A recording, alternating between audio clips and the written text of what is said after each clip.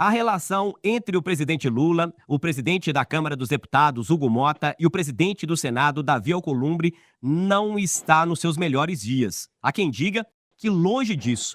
No Senado, o presidente Davi Alcolumbre não gostou do fato do presidente Lula não ter indicado o senador mineiro Rodrigo Pacheco para uma cadeira no Supremo Tribunal Federal. Lula optou pelo AGU Jorge Messias. Falando da relação com a Câmara dos Deputados, há sempre altos e baixos, mas desta vez há quem diga que o incômodo seria com emendas parlamentares. Nos bastidores, interlocutores acreditam que Motta também quis mandar um recado de autonomia ao governo, para dizer que ele e os deputados é quem mandam na pauta da Câmara dos Deputados, e não o governo. Em meio a essa tensão, Motta e Alcolumbre chegaram a faltar a um evento importante de sanção do imposto de renda no Planalto, o que foi considerado mais uma sinalização de insatisfação. Sobre esse cenário, nós vamos conversar com dois especialistas aqui no Palavra Aberta. Eu, Mardélio Couto, recebo aqui no Palavra Aberta, na Itatiaia, o sócio da Tendências Consultoria e professor do IDP, o Instituto Brasileiro de Ensino e Desenvolvimento de Pesquisa de São Paulo, o cientista político Rafael Cortes, e também o cientista político e pesquisador do Núcleo de Inteligência Internacional da FGV, a Fundação Getúlio Vargas, o pesquisador Leonardo Paz Neves. Começo aqui com o professor Rafael. Professor, o senhor definiria essa situação agora, falando da Câmara dos Deputados especificamente, com o presidente Lula, é algo temporário, é um distanciamento temporário? O senhor acredita que isso pode ser contornado ou é uma crise instalada? E acrescentar aqui dois ingredientes: o governo aceitou nos últimos dias pagar essas emendas antes da eleição, que seria um questionamento da Câmara dos Deputados. No entanto, o presidente Lula deu uma declaração que ele disse, abre aspas, eu acho que o fato de o Congresso Nacional sequestrar 50% do orçamento da União é um grave erro, fecha aspas, palavras do presidente Lula. Então, cedendo por aqui, cutucando por ali, como que o senhor avalia essa situação? É algo contornável? Bom dia, Mardélio, Leonardo, que está aqui na Itatiaia. Tanto na Câmara quanto no Senado, basicamente é uma relação que não é uma relação de coalizão, né? Porque o comportamento de ambos os presidentes da Câmara e do Senado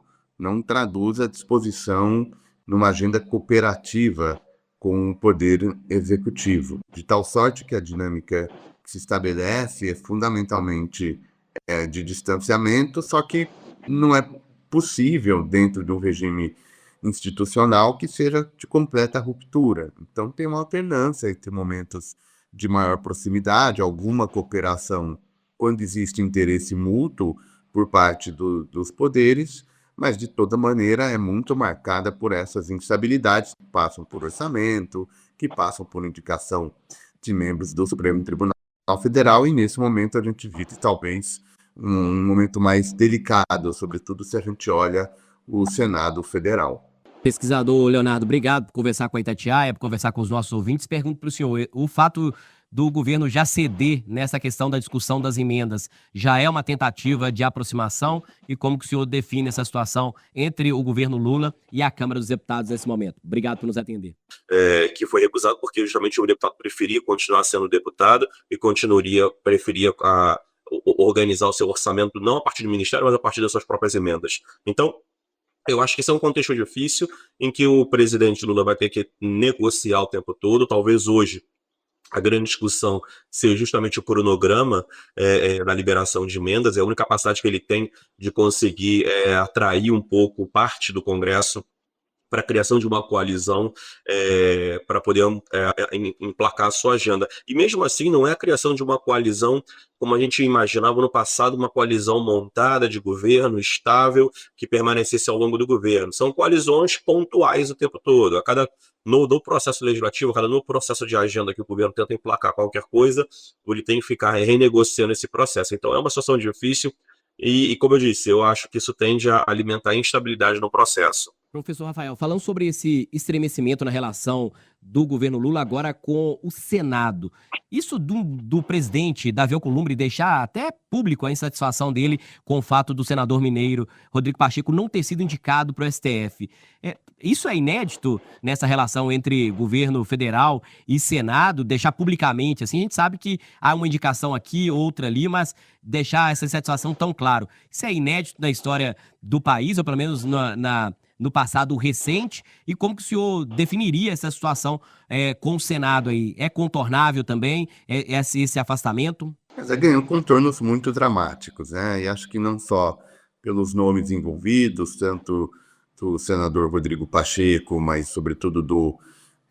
Jorge Messias, né, indicado pelo presidente Lula. Então, de fato, há um drama, se não inédito, não usual, né, sobretudo porque ganhou contornos públicos o debate, mas acho que isso tem a ver com um problema maior, né, de realinhamento em poderes, na força relativa entre esses poderes. Há uma desconfiança por parte do mundo legislativo, não só desse protagonismo do Supremo Tribunal Federal na política brasileira, por meio de constantemente estar interpretando e respondendo a questões importantes, uma série de outros pontos que geram uma certa desconfiança legislativa do Supremo e, mais do que isso, de algum alinhamento entre o Supremo Tribunal Federal e o Poder Executivo. Então, isso ganhou, de fato, uma particularidade por conta do drama que tem sido, mas acho que o mais fundamental é a gente perceber esses alinhamentos de mais de médio e longo prazo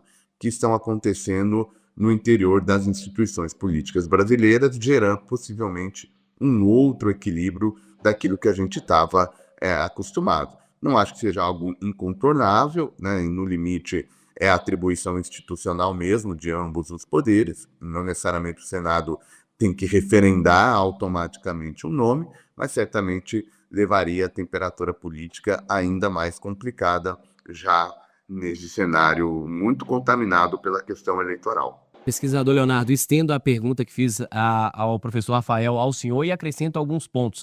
O presidente Lula disse que quando voltar dessa viagem que está fazendo ao Nordeste, vai conversar com Alcolumbre sobre a situação envolvendo a sabatina do AGU Jorge Messias, e há opiniões diversas sobre essa sabatina ser realizada rapidamente ou demorar. Há quem diga que demorar é bom, por um lado, que o Messias consegue conversar ali com os representantes do Senado, mas quem vê do lado negativo diz que quanto mais tempo ele ficar na vitrine, ele está suscetível ali a tomar pedradas. E realizar num curto prazo, há quem diga que isso pode comprometer a articulação. Qual a leitura que o senhor faz de todos esses ingredientes?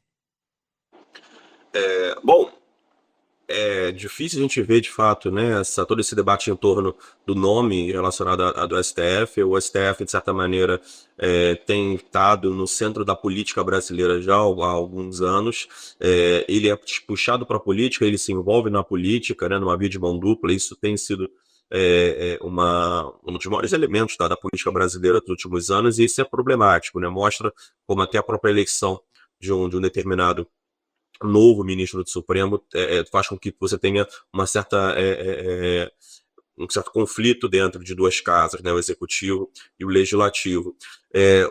Obviamente, a questão do Alcolumbre é interessante, porque ele, ao mesmo tempo que tem o direito de expressar suas opiniões, e enquanto o Senado tem o direito de organizar a sabatina dele, ele um pouco sequestra o Senado usando seu cargo em torno da sua agenda pessoal, né? Quer dizer, brigando pela nomeação do Pacheco. Me parece que a tentativa de puxar a agenda para mais perto é justamente para que o Messias, que, enfim, não tem muitos votos seguros nesse momento, me parece que em torno de 25 votos seguros para ele precisa de 41, ele não tem muito tempo para poder fazer um corpo a corpo com os senadores, o que é super comum ser feito, é a prática de ser feita, para que ele possa tentar convencer aqueles em cima do muro. Só que, de novo, é o que a gente já vem discutindo, né? Quer dizer, a gente está num contexto histórico muito diferente, onde os legisladores, né, os deputados e senadores têm uma capacidade de independência muito grande em torno do executivo, como não tinha no passado. Eu acho que justamente a força hoje que o presidente do Senado tem mostra a capacidade que ele tem de tentar fazer valer a sua opinião e basicamente tentar decidir quem ele acha que tem que ser o próximo candidato, o próximo ministro do Supremo Tribunal. A gente falando sobre essa situação, para ampliar essa discussão para uma discussão mais ampla, professor Rafael, eu gostaria de questionar ao senhor essa situação pontual de agora, envolvendo o governo Lula, a Câmara dos Deputados, o Senado. Isso dá para fazer alguma leitura sobre tentativa de interferência de um poder no outro, sobre esse conflito de autonomia? Que leitura que o senhor faz sobre essa situação pontual e se há equívocos, excessos de uma ou de algumas das partes, professor? Olha, o relacionamento entre os poderes, muito embora informados pelo texto constitucional, né, pelas regras do jogo, ele é fruto também de escolhas políticas que os atores fazem, né? Então, em alguma medida, é natural. A gente também não pode ver com grande alarmismo uma ideia de que os poderes entram em choques e, em alguns momentos, até de forma mais grave, mais aguda, né? Isso porque depende da maneira do fazer política.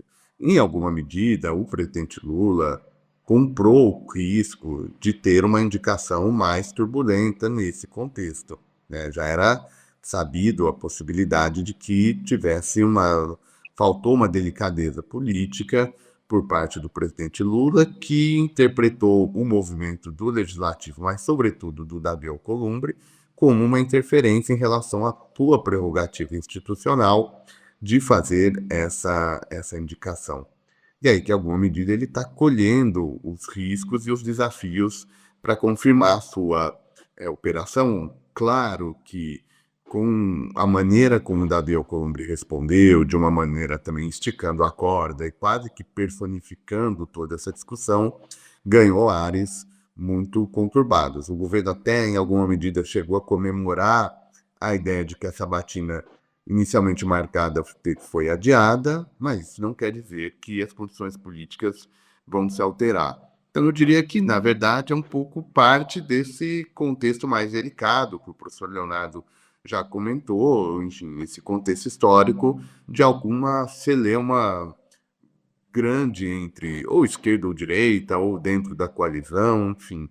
Então, acho que torna isso tudo mais agudo. Então, acho que, de fato, houve da parte do governo um movimento, digamos, ousado. Ele sabia que teria esses problemas e apostou na sua capacidade de reverter e encontrar a maioria necessária para sua indicação. Pesquisador Leonardo, para usar uma expressão utilizada pelo professor Rafael sobre esticar a corda, o presidente da Câmara dos Deputados, Hugo Mota, ao escolher o Guilherme Derrite, que era então secretário de Segurança Pública aqui do estado de São Paulo, braço direito do Tarcísio, que são nomes identificados com a direita. Quando o Mota escolhe o nome do Derrite para relatar aqui o projeto antifacção, agora o projeto está caminhando para o Senado, mas deve passar por modificações no texto, pode voltar para a Câmara dos Deputados. O Derrite já disse que está pronto para relatar novamente. O Derrite ser escolhido é um recado? O Hugo Mota está mandando um recado para o governo ao escolher um inimigo político para relatar um projeto que era de interesse do governo, essa questão da segurança pública? Eu acho que é um recado. Eu acho que o Mota tem alternado muito e tem uma dificuldade muito grande de ter, talvez, a personalidade que o Arthur, em que pese todas as críticas, o Arthur Lira tinha uma certa personalidade no exercício da presidência da Câmara. Né? O Mota tem mais dificuldade de fazer isso, ele fica ele tentando equilibrar os pratinhos, recebendo críticas da oposição e do governo e tentando dar uma vitória para cada lado. E com isso tem desagradado os dois lados, né, no final das contas. E justamente quando a gente viu, por exemplo, aquela situação na qual deputados do PL ocuparam, inclusive, o seu espaço na Câmara dos Deputados, ele não conseguia nem sentar na sua própria cadeira, ninguém foi punido por isso, então ele tem dado sinais de fraqueza, e nesse contexto ele vai fazendo essas medidas um pouco exageradas para cada lado, para tentar dar vitórias para os dois lados, e acho que tem se perdido um pouco nisso. O Derrite não tinha condições de ser relator, ele aparece de uma hora para outra sendo relator desse projeto antifacção, aparece com um relatório feito do dia para a noite, cheio de problemas. Eu não me lembro de nunca ter visto um relatório de lei que em uma semana ou 10 dias mudasse 6 vezes, né? Quer dizer, mostra que tinha problemas fundamentais dentro daquele projeto. É muito ruim e inconstitucional ao mesmo tempo. Então ele basicamente comprou também, assim como o o Rafael colocou, o Lula comprou o risco de colocar o Messias, o Mota também comprou o risco de colocar o Derrite numa situação que ele sabe que o Derrite não tinha condições de apresentar um relatório. Agora volta e vamos ver como é que vai sair essa nova peça que vai sair do Senado, que, segundo o senador Alessandro Vieira, já havia dito que ia reincorporar partes do projeto do governo que tinha sido gestado e preparado durante mais de 6 meses, né? Quer dizer, e foi descartado pelo Derrite pelo substitutivo dele. Vamos ver o que vai aparecer e vamos ver como é que o Derrite vai tentar lidar com esse novo projeto mais organizado que vem no Senado. Professor Rafael, a última pergunta aqui para a gente encerrar o programa, para o senhor ter a oportunidade de falar também da situação do Mota. O senhor também faz essa leitura do pesquisador Leonardo. Há interlocutores conversando com a nossa reportagem que dizem que o Mota, de fato, como destacou o pesquisador, apresenta algumas variações e que ele não consegue ter ali um pulso firme na condução da Câmara dos Deputados, que não se destaca como um presidente assim de pulso firme. O senhor faz essa avaliação também, que às vezes ele tenta mandar recados para se impor, para colocar o nome como protagonista de fato, para assumir as rédeas?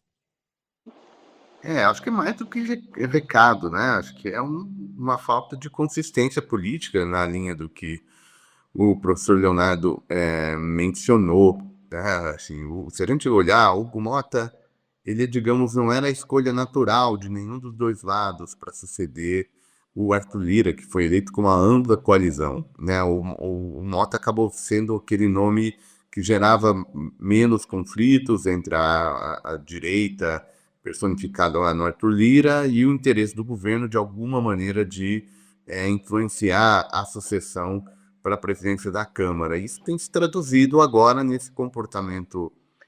Não é só errático, né? É também errático, mas ele é, de alguma maneira, muito custoso para a sua própria imagem, né? As pesquisas de opinião pública mostram um capital político muito desgastado do Hugo Mota, e acho que tem um pouco a ver com a falta de liderança, né? Assim, ele ainda não entendeu que agenda ele quer colocar, fica muito à mercê de pressões de lado a lado, e aí o resultado é não só uma instabilidade entre os poderes, mas, sobretudo, política pública mal desenhada, né? Enfim, isso ficou muito claro no projeto de segurança pública, e a tendência é que isso só se reforce, né? Muito difícil imaginar que, com a eleição e as divisões mais agudas entre os parlamentares, de que isso de alguma maneira não vai afetar a maneira como o Hugo Mota vem conduzindo os trabalhos na Câmara.